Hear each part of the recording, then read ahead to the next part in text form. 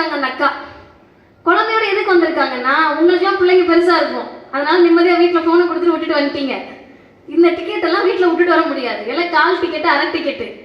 இதுகளை எதுக்கு நம்ம தூக்கிட்டு வரோம்னா, கூட்டம் கேட்கட்டும் அப்படின்னு என்ன மாதிரி எங்கள் வீட்டில் என்ன டார்ச்சர் பண்ணியிருக்காங்க. 3 வயசுலேயே எங்கள் அப்பா கரும்புச்சதையோடு தூக்கிட்டு போயிடுவார். அப்போ வந்து அது ஏன் நம்மளை கூட்டிகிட்டு போகிறாருன்னு நான் யோசித்தேன். ஆனால் இன்று யோசிக்கிறேன், இந்த கூட்டத்திற்கெல்லாம் வந்ததால் மதிவதனியாக நிற்கிறேன், இல்லை என்றால் எங்காவது ஒரு இடத்தில் உட்கார்ந்து தற்குறியாக சுற்றி இருப்பேன். யாரோ ஒருவரை பார்ப்பதற்கு முந்தி அடித்துக் கொண்டு ஓடுகிறோம் அப்படின்றது சுயமரியாதைக்கு இழுக்கு.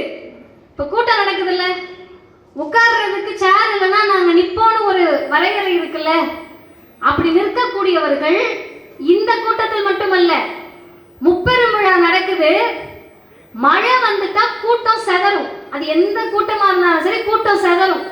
கைப்பிள்ளை வச்சிருப்பாங்க, வயசானவங்களா இருப்பாங்க, மழையில நனைஞ்சா ஜலதோஷம் வந்துடும்.